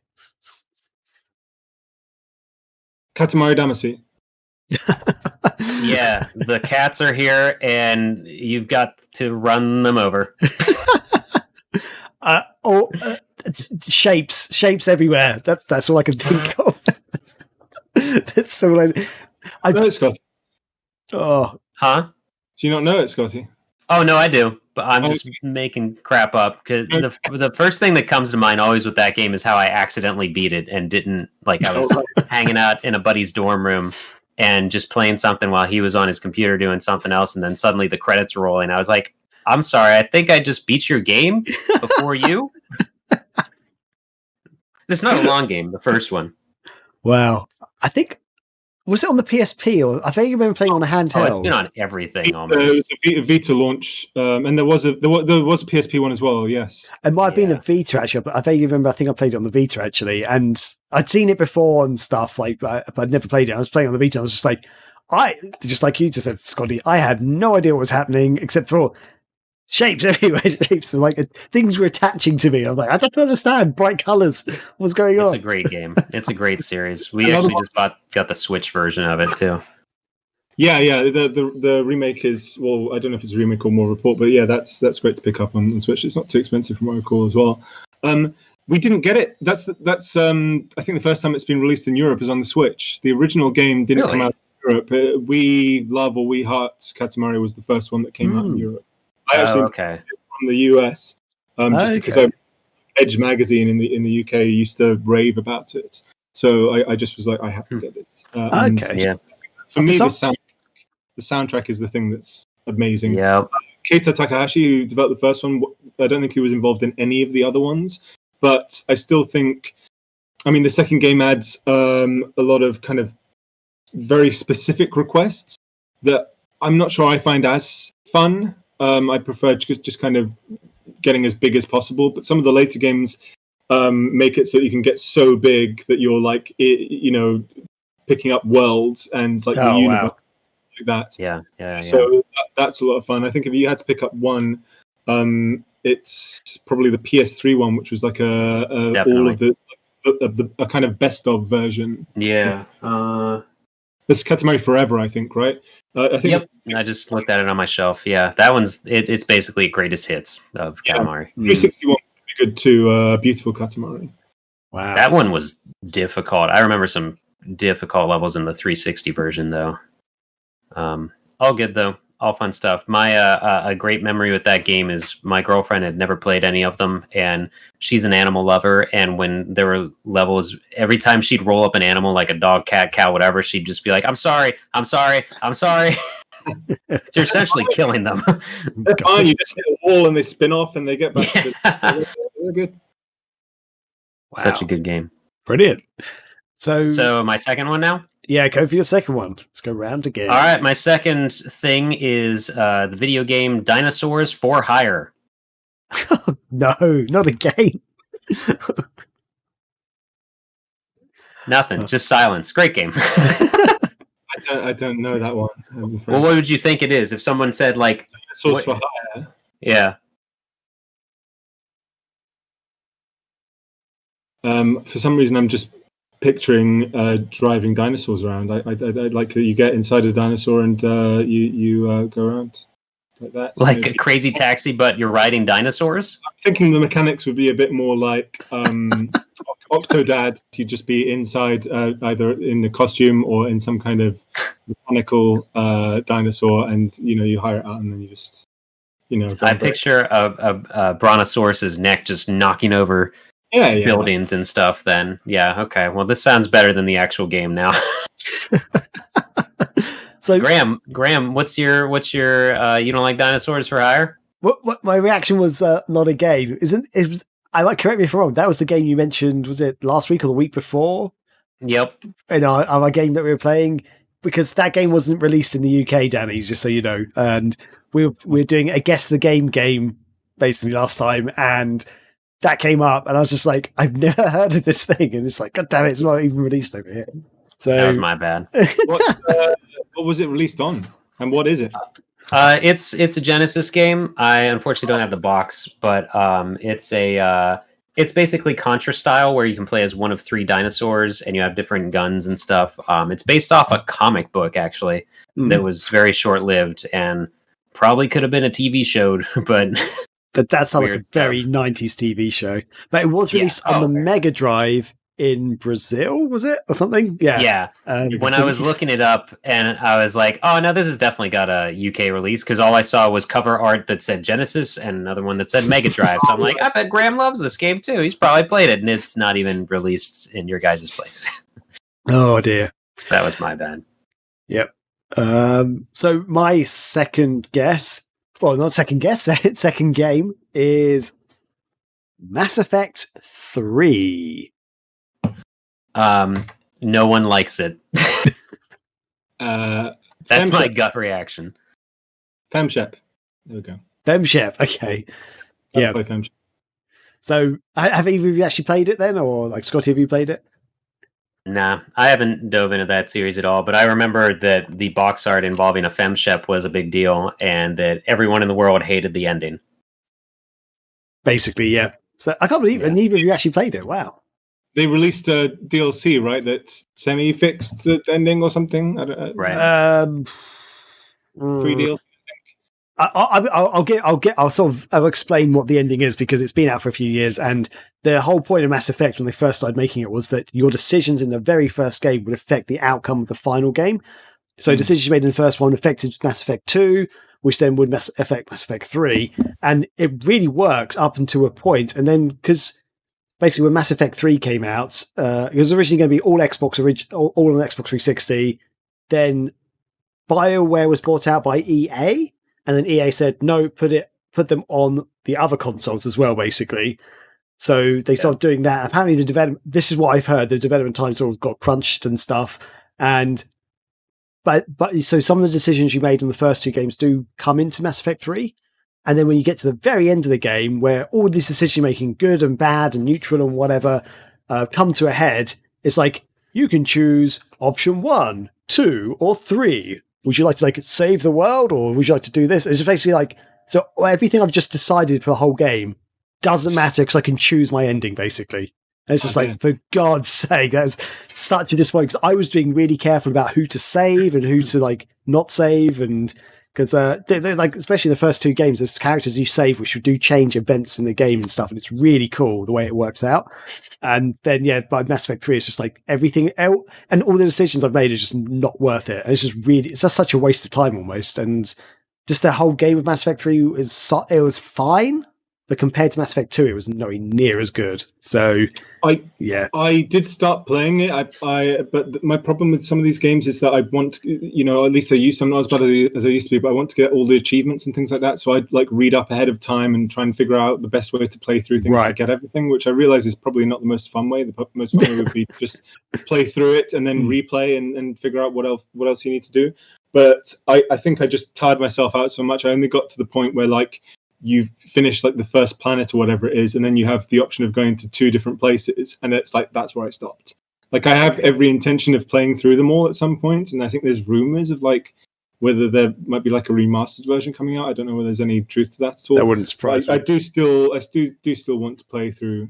So was that the first one you were playing? Was it? That was just the first one. Yeah. Okay, yeah. Like, the first one's really. Still on, sorry, I was just going to say it's still on backwards compatibility on Xbox. Yeah, One, so you still can play them even on the next Xbox. Yeah, that'd be good. That's one way to do it, because the first 2 are so good, such good games, well worth playing. But the third one, it's kind of worth playing just to finish it, I guess. But yeah, there we go. That's it. So, Danny, what is your final instant reaction pick? Silent Hill 2. The Beggars dog. with knives. Dog ending. What did you say, Graham? Beggars with knives. But okay, to be honest, I've only played a bit of Silent Hill 1, and I've not played the other Silent Hill games. The only thing, every time I think of Silent Hill or any Silent Hill game, well, actually, I think of either that triangle head person or Pyramid Head, or the very first game. I remember like coming across some of the monsters or whatever they are near the start of the game, and they look like beggars with little knives trying to stab you. And that's what I remember of that game. And me and my friend found it so funny. We're just like, we can't take this game seriously. We're just like, we're like, because we love Resident Evil. So we're like, yeah, it's like a new Resident Evil style game, like a sort of survival horror. Yeah. And we started thinking, we're like, what the hell is this? What is going on in this game? So yeah, that's what I think about. But yeah, I've not played the other ones. They could all be terrifying. I've just not played them at all. Weirdly, the first one's the only Silent Hill that I haven't played. Oh wow! Okay, what a twist.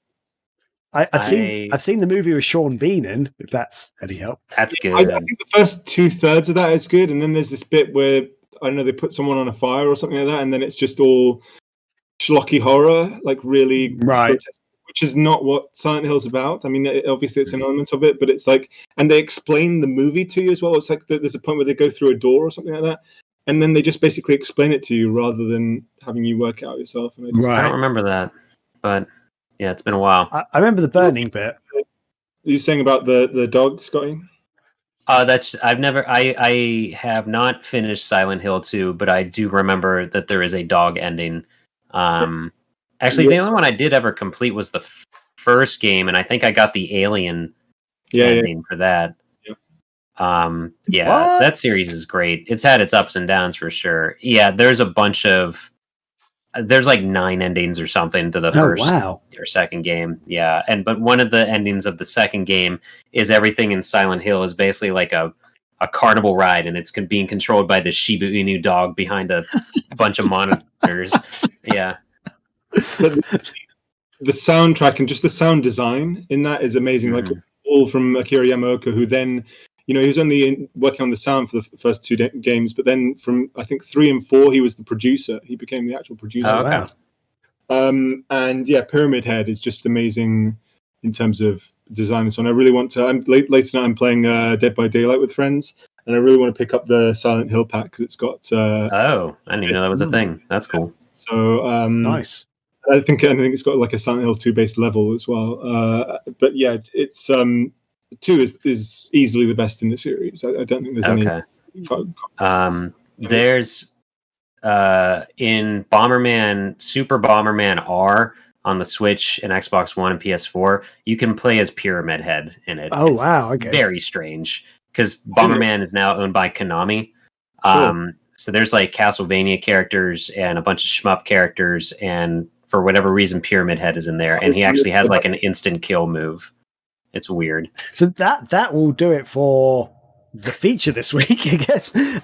Let us know your feedback on that. As we say, it's a trial, it's a bit of an experiment. So if you really hated it, let us know. If you really enjoyed it, let us know that as well, because I think we'd like to do it again. I don't know about you guys. Did you guys enjoy that? Did you guys, Scotty, Danny, were you having fun with that? Yeah, I tried to pick games that had weird titles that almost had nothing to do with the game. So It's fair. I went for games I thought people would know about or would have played, but I feel like I should go for the more random stuff next time, because there's some really weird stuff out there.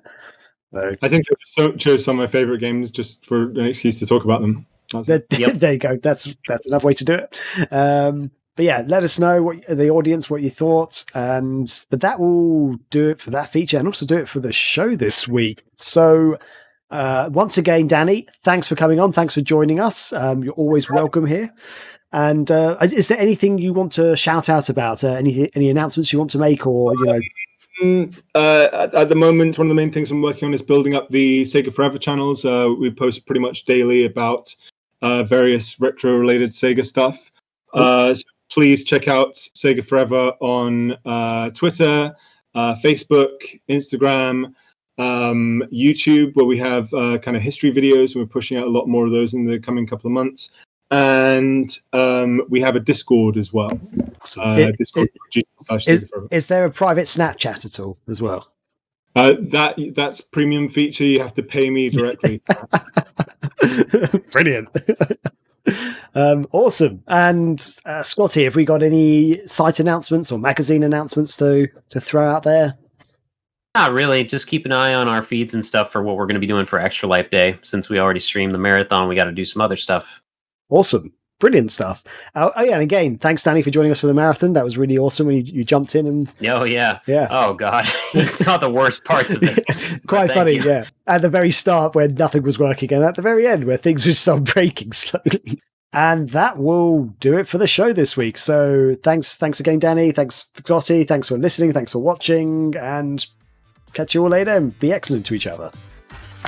Party on, dudes. See ya. He's a ghost.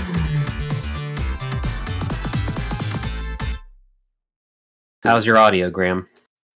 And so I can hear you guys fine. Yeah. Can I you might want some ASMR Kit Kats? Do I?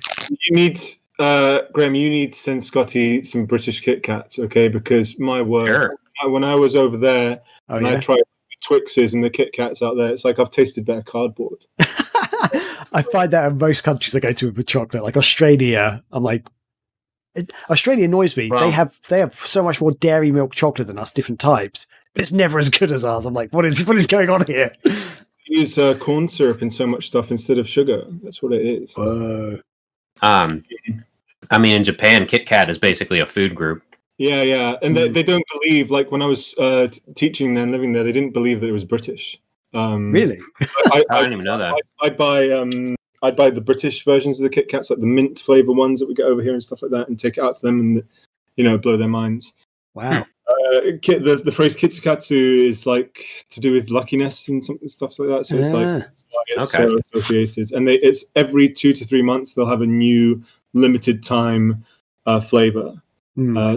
There's so many good ones. Like I had passion fruit when I was out there, which was surprisingly Wow. good. The best one I had was I don't know if you guys know ramune, which is like the Japanese kind of blue lemonade sort of bottle things that have a marble in the top. Oh, I know. Yeah, I know that. yeah, we get those in our Japanese store. Pop Yeah. the bubble or pop the marble. It's a very specific taste, very sweet. And they made a blue Kit Kat that tasted like that. which Wow. was Nice. really good.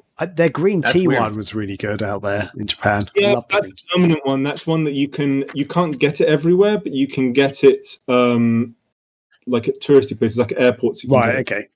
okay. There's one that's called I can't think of what the exact translation is, but it's like adult chocolate or something like that. It's because it's more distinguished flavor or something, which is almost like chocolate. chocolate truffle sort of taste. That's the very, very good tasting one. Let's describe the nodes of this bar. Just shuffle it around in your wine glass. Oh my, that looks like sexual. I don't. All right. I don't know if I need any sexual chocolate in my life. It says they've called it adult. The translation here is adult sweetness. Oh, that could be the name of the show. Adult Yep, Sweetness. that's the name. Jotting it down. Masa. Sweetness for adults.